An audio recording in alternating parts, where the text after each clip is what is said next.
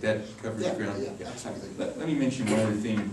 Joe mentions the, I think, sound policy that in Colorado every bill that gets introduced is entitled to a hearing. In some states, a chair of a committee who doesn't like a bill can keep it bottled up and it never comes up for a hearing. There is both good and bad in that. The good is that the majority can't just stifle the which is the minority. The bad is that as a matter of government process, it makes for some very fast sausage making when there are hundreds of bills in the pipeline. They're all guaranteed a hearing. Sometimes the calendar backs up, and there is no constitutional alternative to simply stacking up 7 bills in one afternoon and just going bam, bam, bam, and legislators voting for or against bills. And here's the ugly counter side to this gavel amendment. Often, majority members will vote for majority bills, their colleagues' bills, just because, and so no one has a clue really what's in the measure on the table in front of them, but it's brought to me by my majority colleague, and I'm not going to vote against it. And the Constitution says we have to have this hearing, and we have to have this vote, and we have to have this bill. So half an hour later, very substantive measures with huge dollar implications or policy implications have gone by on the conveyor belt. That's the downside to guaranteeing a hearing and a vote on every bill that gets introduced. Thank you. Representative Miklosi, explain the difference between the bills that we've been talking about, and we always see resolutions as well. What are those and how do those differ? What's the purpose of the resolution? Sure. Often you'll see a individual or a group, like, for example, the Conflict Resolution Association. They asked me to sponsor a resolution on trying to encourage conflict resolution so that we can increase our economic productivity and have less fights.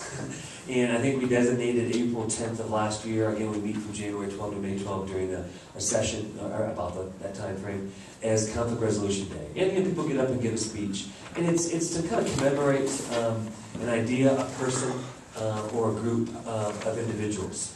Sometimes a resolution can have much more partisan or more political connotations. I think 3 years ago, before I served in the legislature, I was just re-elected for the first time this past November. We had a state resolution to determine if the Iraq War was a good thing or a bad thing. And I remember my colleague, Joe Rice, who was a former state rep from Littleton, led that discussion. In the end, a resolution doesn't have any legal binding impact on the discussion. It's more of a statement of intent, an expression of values. Towards the end of the session, we tend to do more of those when we're trying to debate what's called an annual long bill, which is the annual budget bill. So it takes away from some of that. But some people really put their time and heart into that, and they deserve some time as well. On a side note, that's the biggest thing I've learned is, if you respect your colleagues, respect the process, respect the constituents coming down, for many people it's their first and only time they'll come to the state capitol. And his earlier comments are right. It can be intimidating for folks who've never been there.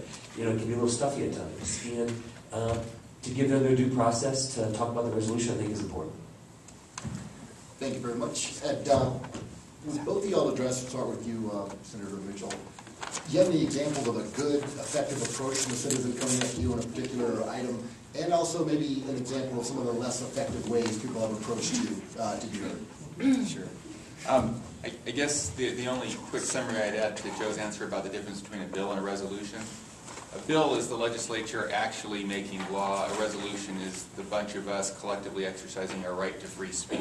And there's nothing that makes our free speech more valuable than anyone else's free speech. And I sometimes think that we waste time and resources. Trying? Okay. Yeah, you're good. Okay. I think sometimes we waste time and resources. Sure. Can y'all hear me?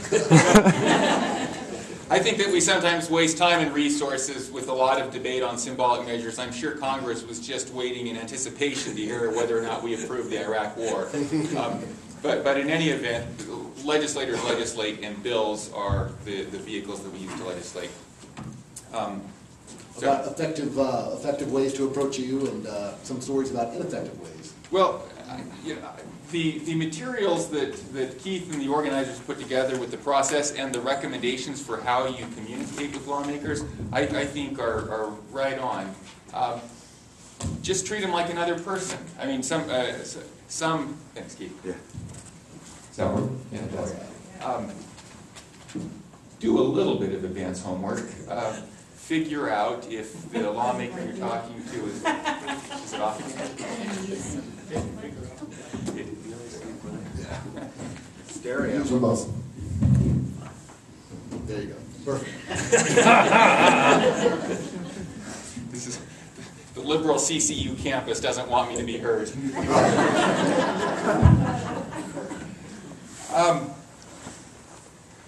Most of it is common sense, and most of it any one of you could express if you were sitting here at this table. If you want to try and influence someone, a little bit of advanced preparation, figuring out where that person is likely to be on the issue.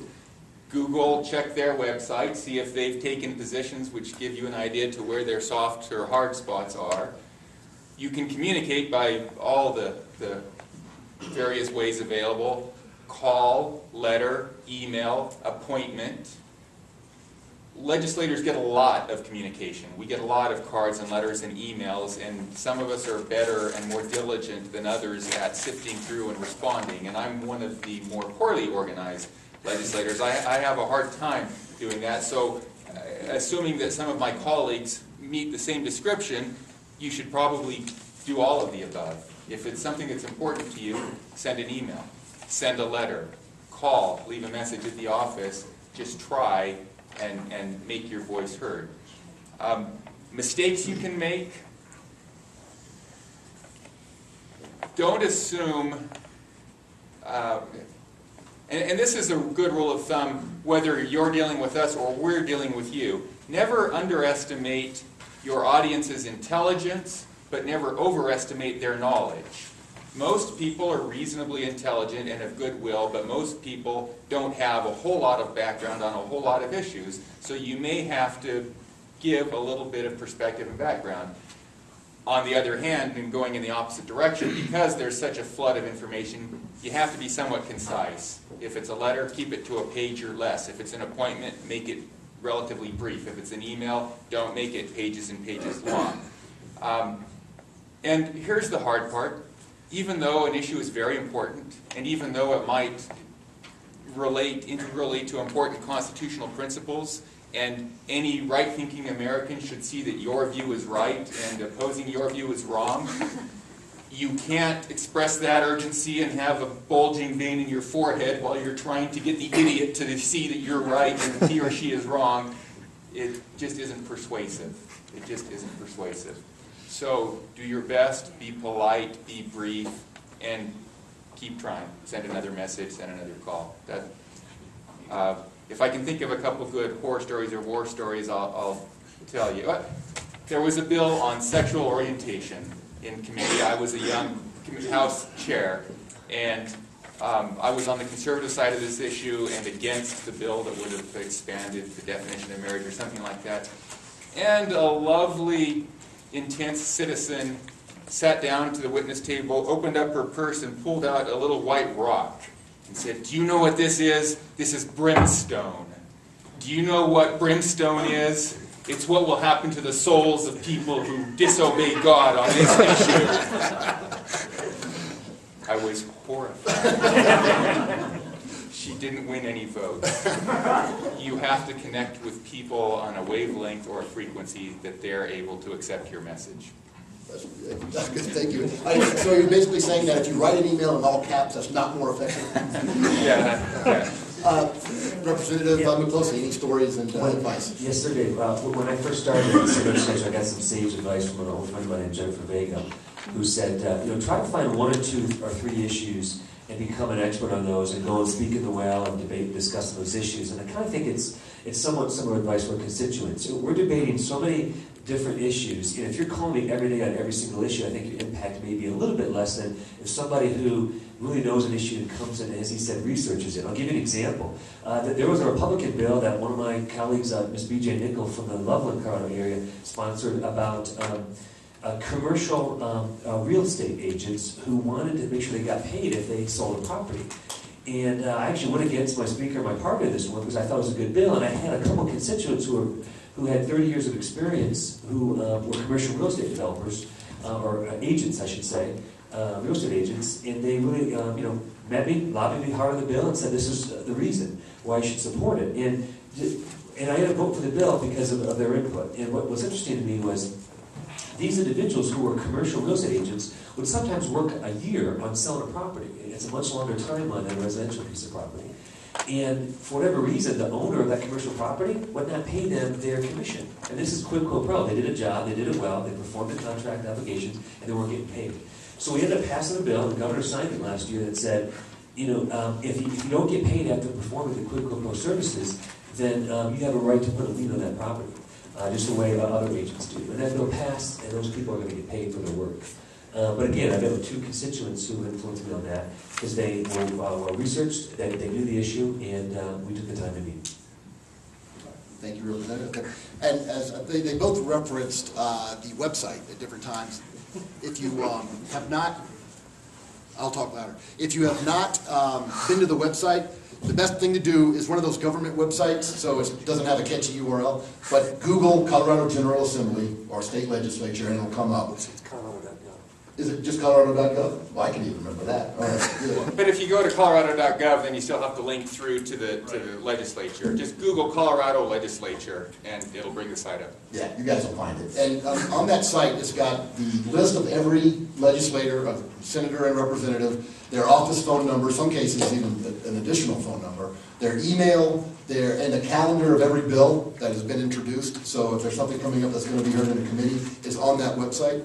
So you can, if you can go show up for that hearing. I know that's very difficult to do, and I'll give a quick shout out to the Gadsden Society, because we were formed for the very purpose of being able to go down there, because most people can't go down there and take an afternoon off, or longer than that. So if you're interested in knowing what is going on at the Capitol from a small government perspective, please sign up on the Gadsden Society sign-in sheet up there, and we'll let you know about bills that have been brought to our attention that either advance liberty and we're in favor of them, or perhaps don't advance it and we want to help kill them. So, and we'll let you know who's on what committee, and those phone numbers, and those emails, and when those hearings will be held.